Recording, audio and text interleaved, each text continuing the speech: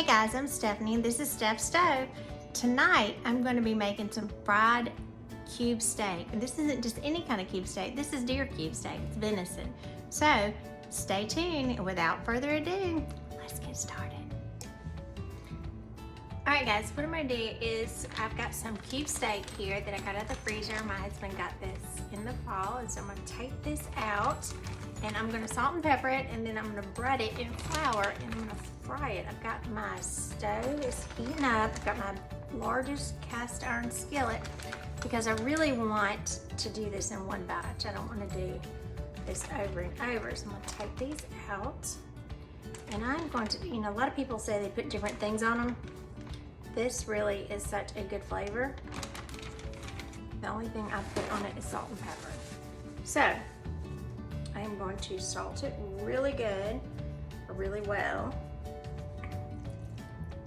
And notice I have one side on my dry side and one side on my wet side. And when I say wet, I mean because the meat is wet or damp just from taking out the package at this point.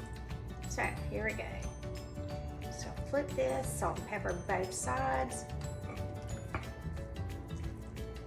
Make sure every piece is coated and seasoned well. This will kind of be really your only opportunity to take care of this. And if you don't, you'll know it. So, got that through salt and pepper, and so now I'm going to take each piece and I'm going to put them in the flour. So I'm going to rotate this. I'm just going to flour each piece, and this is just regular all-purpose flour. I'm just going to throw these in because I do see my oil is heating up nicely. I actually smell it, which is a good sign. But here we go. And I'm going to drop this in because you want that oil hot when you put it in there. If it's not hot enough, it really won't do the job.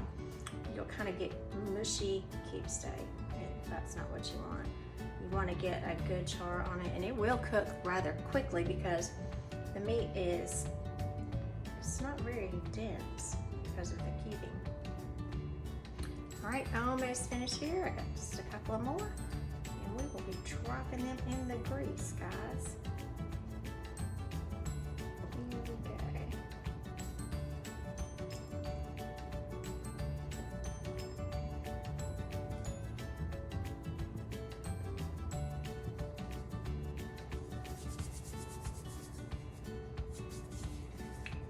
Wipe all that flour and that excess stuff off my fingers.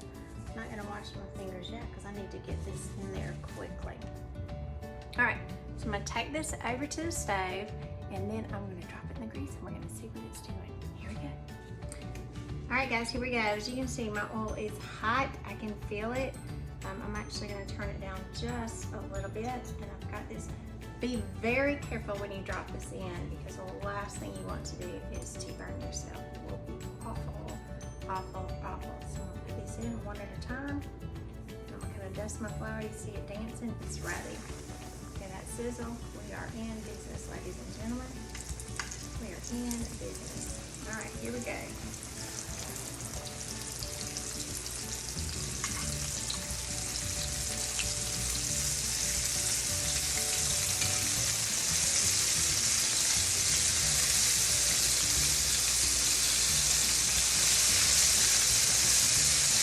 You hear that sizzle? That is what you're looking for. You want to know your grease is hot.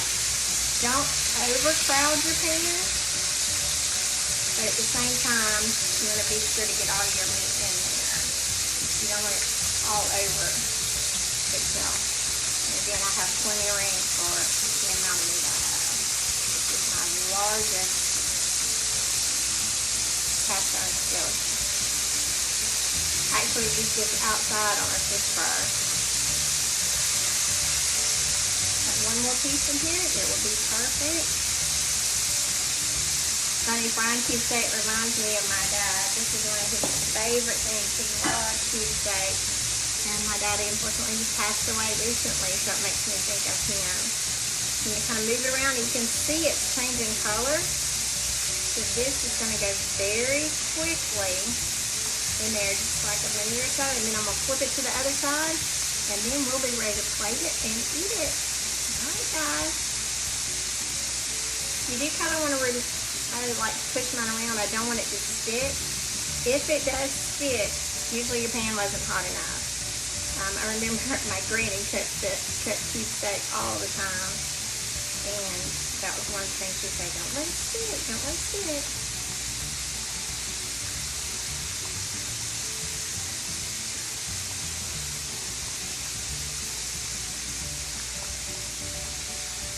It's just something about fried food. It's just one of those things. It's kind of iconic for the South. You always think they go together.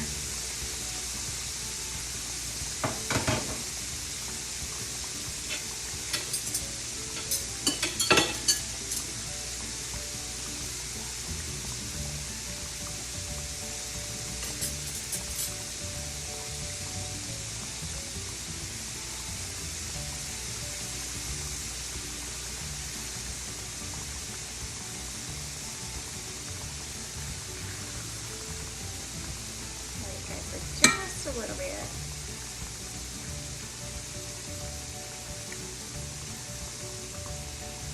And if you're curious, I have my stove on about 5. I turned it down. I had it really much higher. I think I had it on about 7 when I was getting the oil ready. And I turned it down to 5 because I didn't want it to continue to get too hot. Once you drop the meat in here, the temperature does go down just a little bit because it offsets the temperature of the meat. But again, you do not want it to cool completely down. Pushing these around just a little bit. I do not want them stuck to the bottom of the pan because I want that crunchy goodness on the beef steak, not on my pan.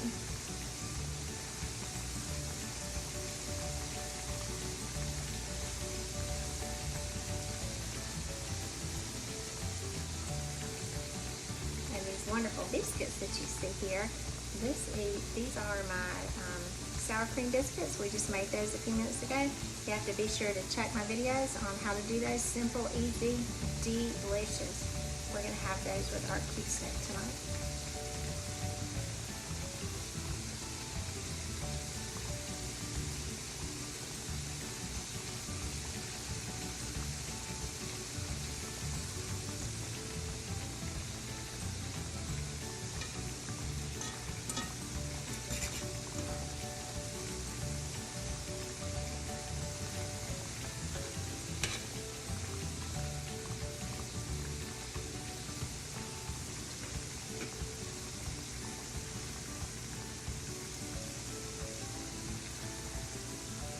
Kind of checking the bottom to see the underside, what it looks like. Let's see if I can get one so you can see it.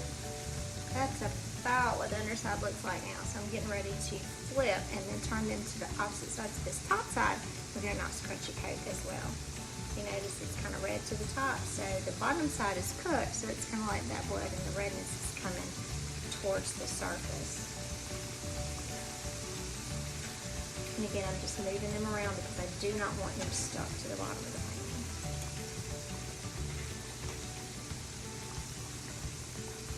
Alright, looks like we're ready to turn. So I'm going to try to start in the order that I put them in, and you can see how nice and brown they are.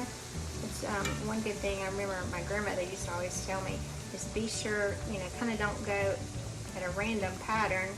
Know where you started and turn that one first.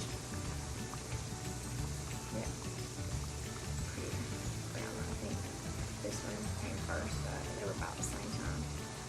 And again, you want to come and push them around just a little bit.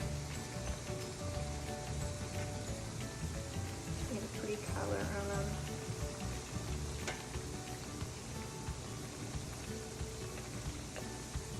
And I'm going to let these go about probably 2 minutes, and then we're going to take them out. Alright guys, here we go. It looks like it's ready. I've got a plate. This is the same plate my granny used to make cube steak, so it's kind of special when I make it. I've got some paper towels so I can drain the excess grease off, and I'm going to turn my stove off, and again I'm going to start removing them kind of in the same order in which I cook them. So we'll start kind of about, if you want to say, the 6 o'clock position and move forward. I do this with a fork. I don't know what other people's preferred method is just the way to do it. Some people prefer to use tongs. I don't. It's like I just need to be able to stab it a little bit and then move to the next one.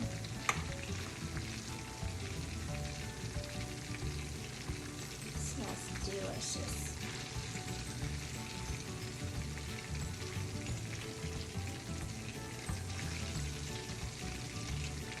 This kind of reminds me of my granny.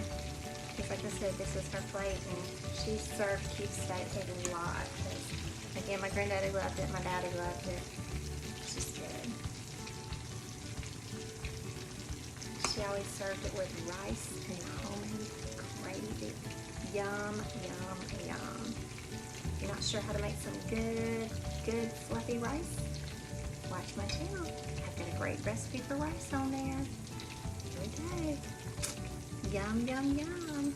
Now, to top this off, one thing I do when I bring it off the stove, and I kind of do this with all fried foods, is just to be sure, I kind of go over and I salt it lightly. Just because if by chance you didn't get quite enough salt on there, the salt will stick more when the food's hot. So, I will salt. Here we go. Cube steak. Amazing. If you want more content like this, be sure to like and subscribe. I'm Steph, and this is Steph's Stove. Have a great night.